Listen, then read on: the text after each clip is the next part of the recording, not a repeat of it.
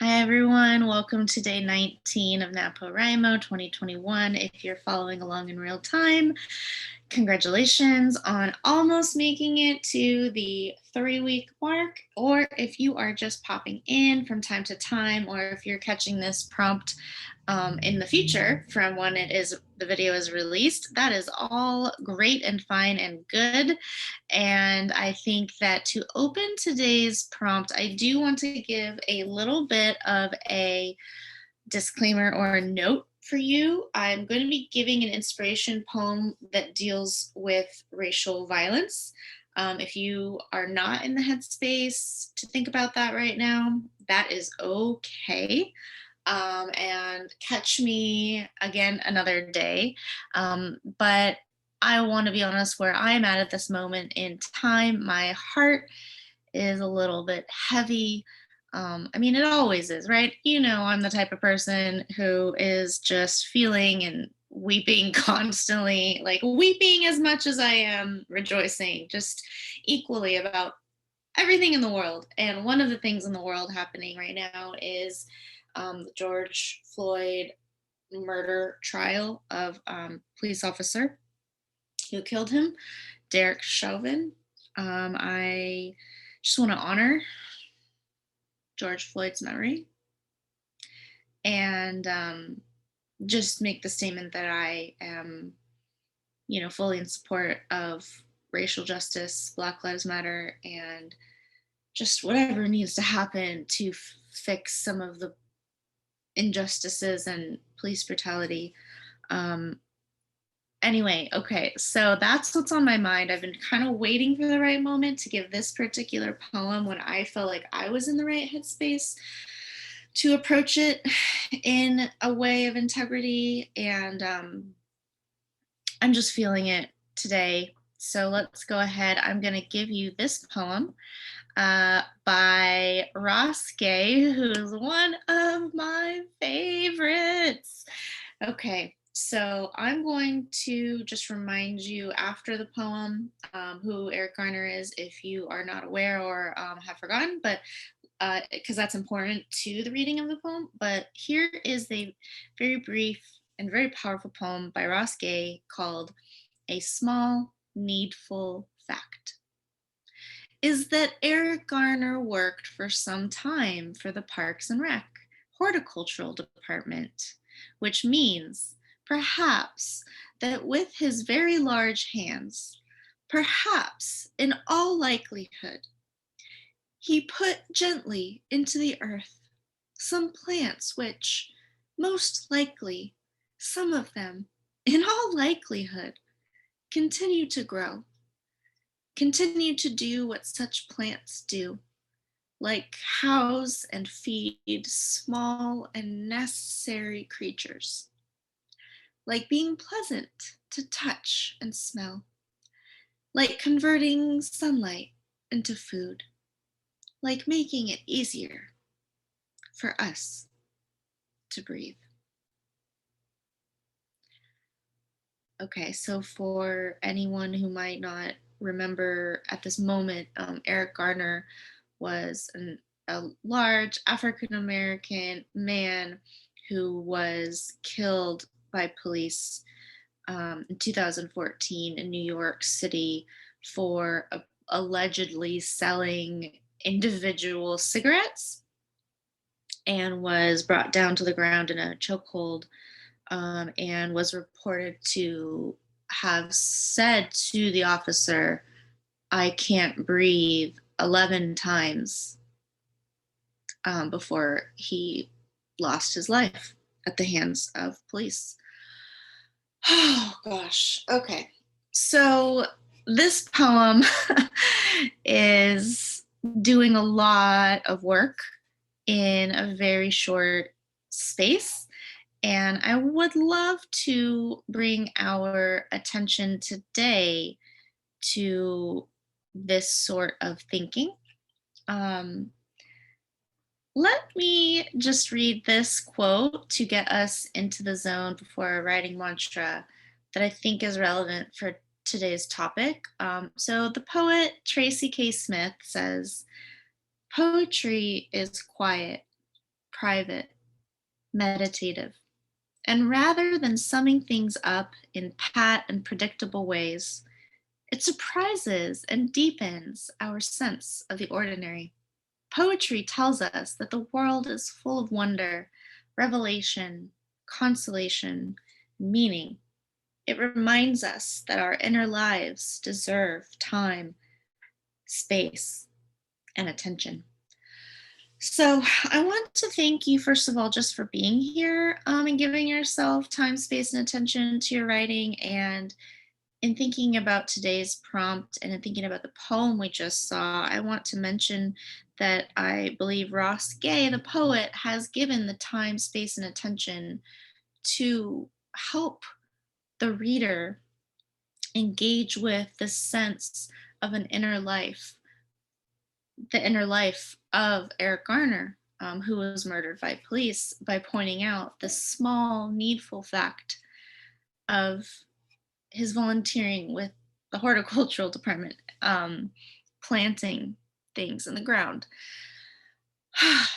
which is so ordinary, right? But poetry can do something to open up doors to combine the ordinary and the extraordinary. Anyway, so let's get into that idea. Before I do that, let's go ahead and I'll read you the writing mantra.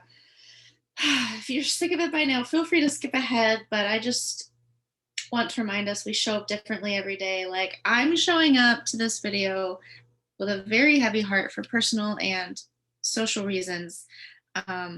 So here you go. You can just listen. I am here and present with my experiences. I am grounded and open. I have unlimited access to the infinite flow of creativity always around me. Whatever happens on these pages today is what's meant to happen. I'm not judging myself or my writing, I'm just writing. I have everything I need to begin already inside of me. I'm settling in and I'm ready to write. Okay, so today, thinking about this small and very impactful poem by Ross Gay, A Small Needful Fact. Let's start with just a very quick list. Just first thing that comes to mind, what are the social, environmental, political, or even just personal issues that are important to you right now in this moment in time? Like, I'm pretty sure everybody has some. If you do not know of any social issues that are important to you, I can't fathom that.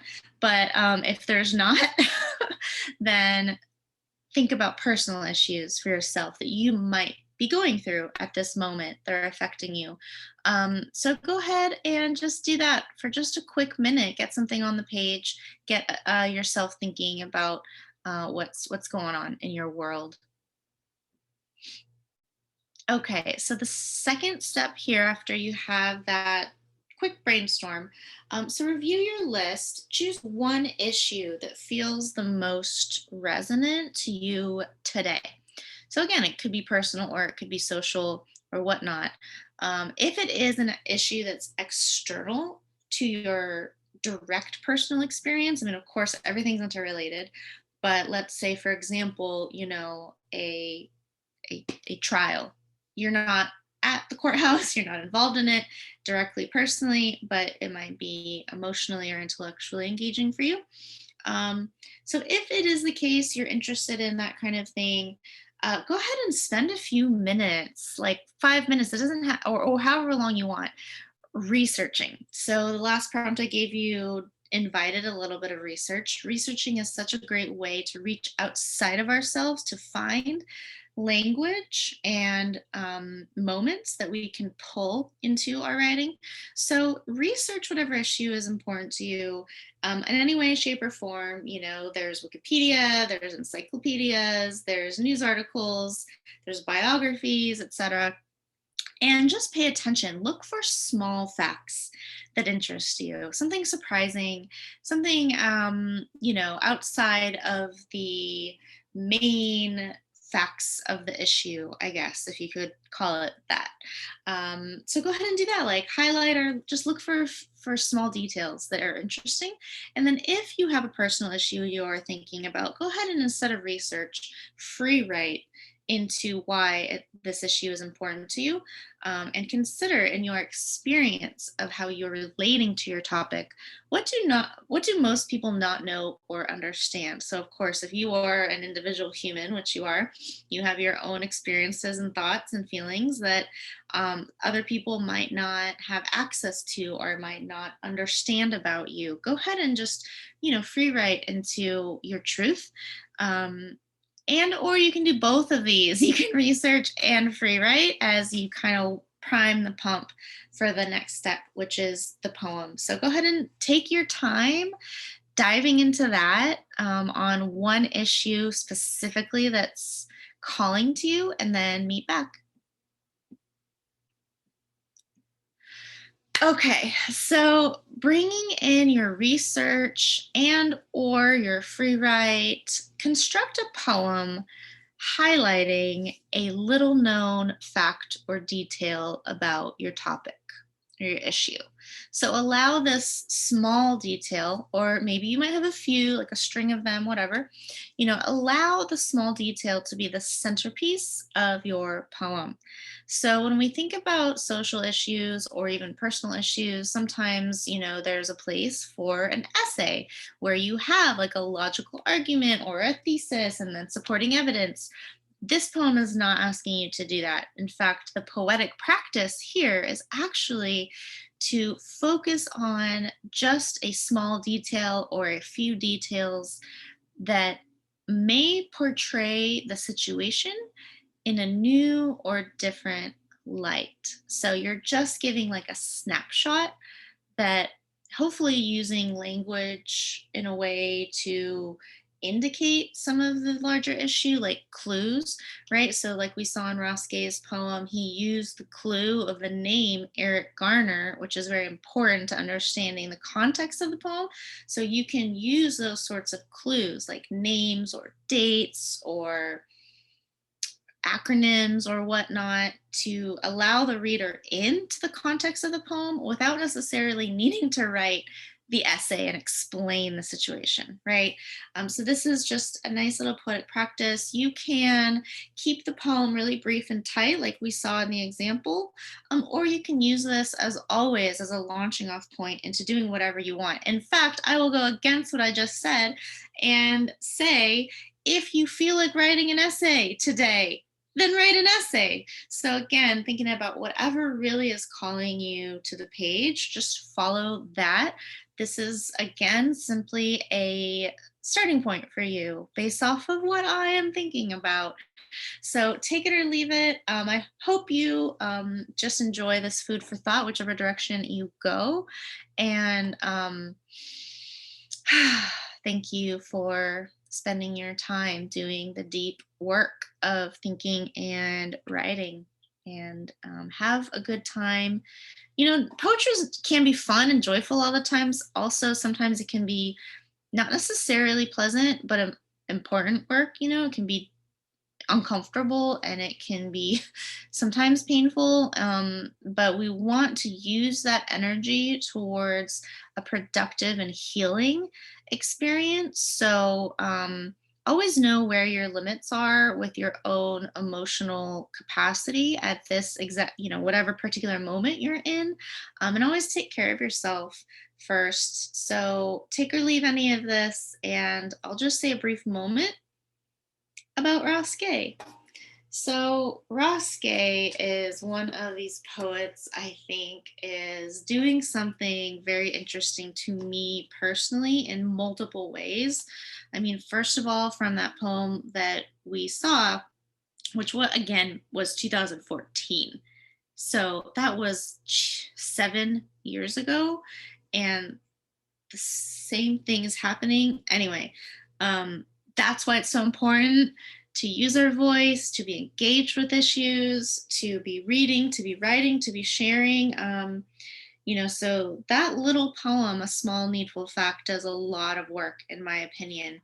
And I'm holding Ross Gay's book, The Catalog of Unabashed Gratitude, which was a National Book Award finalist and a winner of the National Book Critics Circle Award and a winner of the 2016 Kingsley Tufts Poetry Award. So this is a really good book, not just because of the awards, but because I read it and I think it's a good book.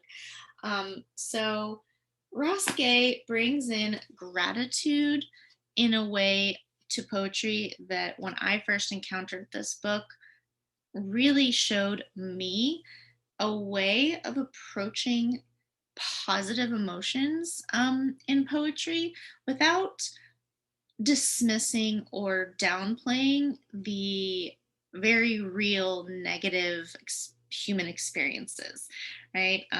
So I grew up reading poetry that I felt was mostly, and even in my young 20s, like the poetry I was experiencing was a lot of really deep and heavy stuff, which is, again, important and necessary work.